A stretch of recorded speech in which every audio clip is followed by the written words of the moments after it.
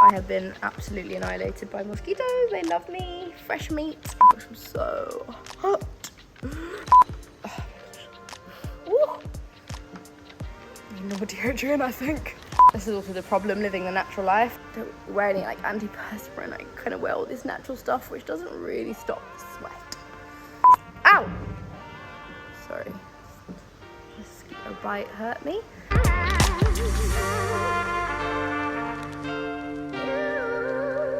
I am back. Nush is back. But this time, I'm a mom of 2. That's right. And I'm also sweating my tits off because I don't know if any of you guys follow me on Instagram. We have moved to Senegal in West Africa. It has taken me 3 months since the birth of my second child to actually get round to shooting this video about my birth story that I know so many people are keen to hear. It's so important that we share these positive birth stories because I feel like as women we only hear the negative, scary, terrifying narrative around birth and labor. So I'm here to tell you about my experience, tell you how it went down, and hopefully instill some positivity and hope into some of you pregnant mamas out there. If this is your first time joining me, I recommend checking out my previous pregnancy videos if you are pregnant, just so that you feel at ease about how you're feeling and know that most of the stuff you're feeling is completely normal. To be honest, I had a very similar experience with my second pregnancy, so I didn't feel like I had to document it because I didn't really know what else I could say. It was all quite similar, which is why I thought I was having another boy, by the way. But I ended up having a girl, so now I've got one of each. If you have watched my last video, which is the birth story of my son Shaka, 2 years ago, you will see that I had a home birth, and that was partly because of COVID, but also partly through having done some research, like further research into kind of holistic ways of laboring. I realized that a home birth connected with me the most, and I thought that I'd have the most positive experience at home, which I did. It was amazing, and so I wanted to recreate this second time round. I was in Senegal for a lot of my pregnancy, and one day on Instagram I got a message from someone random saying, I don't know where you're planning on coming back to London, but just to let you know, I had a really positive experiences with the home birth team at St. George's.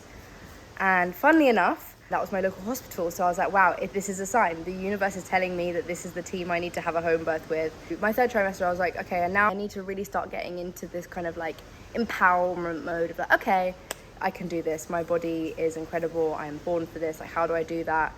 And you know, people were asking me, oh, like this time, you know, it's not COVID times, are you gonna have a baby shower? Because I didn't really have a baby shower last time. And I was like, it's not really what I need right now. I was like, you know, I don't really want to get dressed up and just like have a bunch of people give me gifts and eat cake. That's not like what I need going into this motherhood.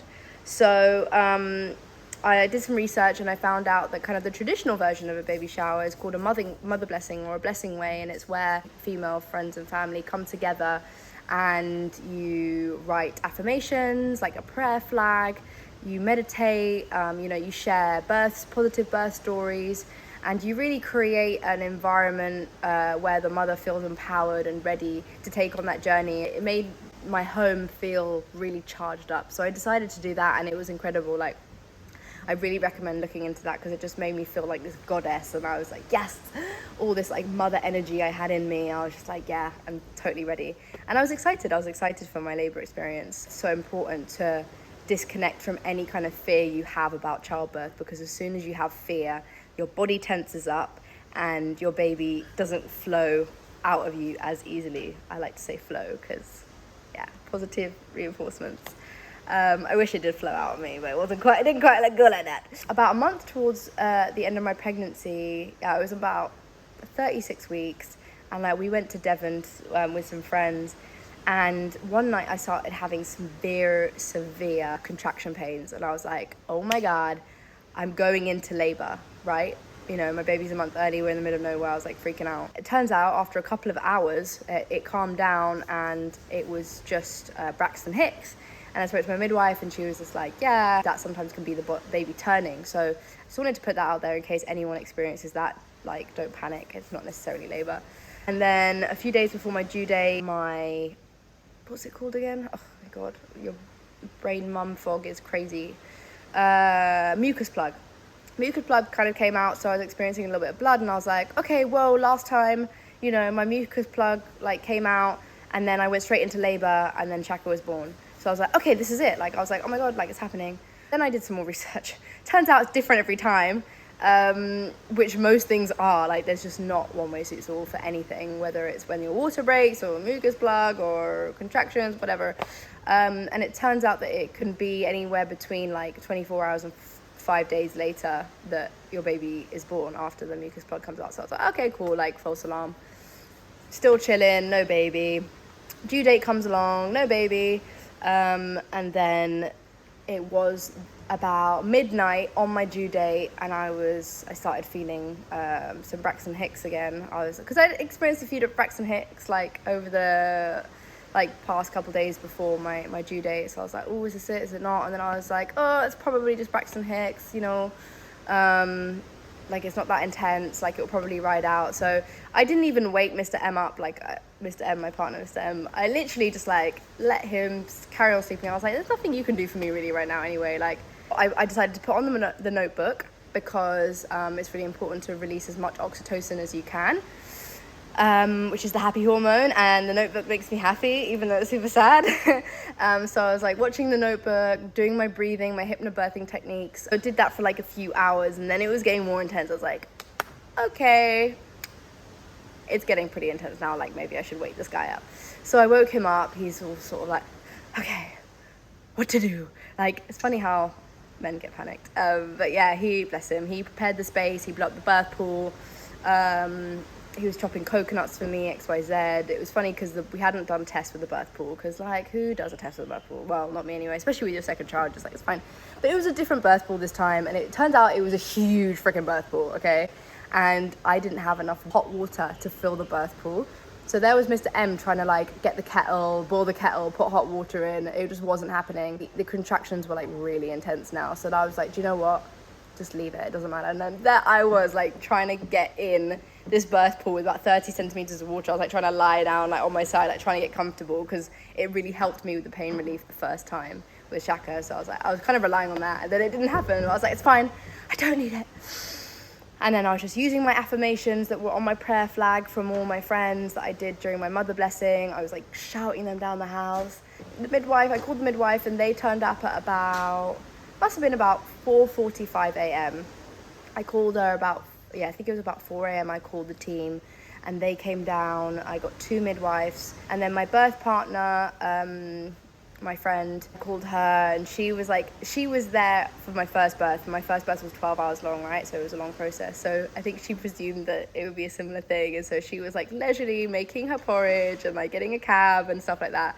But the second time around, it all happens a lot quicker. So she arrived at 5, and then Aya was born at like 5:25 a.m. Even though she was only there for a small time, it was amazing. She like massaged my hips together, which just felt incredible. And I didn't even expect it to happen so quickly, because with Shaka, my water broke about 20 minutes before he came. So my water broke, and then I had 20 minutes of kind of like the pushing part, the down contractions. Can't remember what they called in hypnobirthing. And then he was born, but my water still hadn't broken, right? So I was like, bro, I got more of this. And so I thought I had more time, but the midwives, Mr. M was there chopping the coconuts, because it's really important to drink coconut water when you're in labor, because it's like really hydrating, and gives you lots of goodness. So he was doing the coconuts for me, and the midwives were like, I think you're gonna want to come over now, like, it's happening. I was like, what? Like, it all just whirlwind. Before you know it, I was standing in the birth pool, my waters broke, and Aya was born straight away into the water. Luckily the 30 centimeters of water was there, because it broke her fall. I wasn't expecting it. And the midwives were sat over in the corner, listening to Erykah Badu. We had candles going, incense, frankincense. It was amazing. They were like, oh, pick them up. I was like, oh, okay. They sort of scrambled and got her up, and then we sort of just like stood and held her for a while, and then I got out of the pool, and We didn't even check if it was a boy or a girl because we were just so like overwhelmed, and the umbilical cord was kind of in the way. And then after a while, like after 5 or 10 minutes, we sat down and we were like, oh, we've got a little girl. But we could kind of tell like the energy, her energy was just different to Shaka's. And I birthed the placenta about half an hour later. You know, I made sure that we did delayed cord clamping, so waited until the umbilical cord stopped pulsating and the baby got as much blood as it needed. And then Mr. M cut the umbilical cord, put the placenta in the fridge because I was getting it collected to be encapsulated. It was all very peaceful. And guess what? I know this is probably a question that a lot of you are wondering. What did you do with Shaka? And the answer to that is nothing. He was sleeping. I had this whole plan. I was like, you know, I'll call my brother to come pick him up when I go into labor. But it was the middle of the night and I was like, do you know what? Let me just leave him there. And it's funny because he usually wakes up a couple times in the night, but this time he slept the whole night through, and he woke up at about 6 a.m. And he came down and he was a bit like, oh, what's going on? There's this big pool that I slightly want to get into, there's these random people here, like what's going on? And then I made sure that when we introduced him to Aya, the midwives gave me some good advice. They said make sure it's dad who's holding the new baby so that they don't get the kind of jealousy of mum holding. So Mr. M was holding Aya, and then Shaka came over and he sat on me and he literally just like stared at her for like 10 minutes.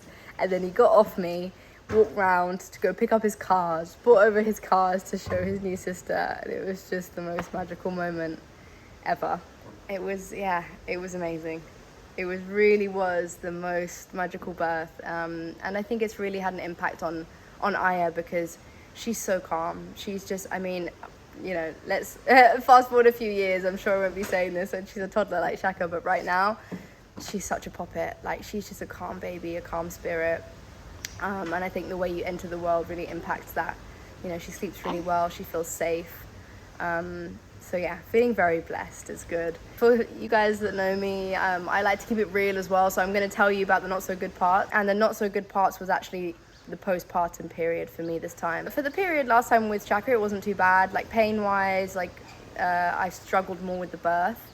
But this time postpartum, it was really challenging for me. And the midwives actually told me, they were like, oh yeah, by the way, it's going to be harder this time because your uterus is more elastic.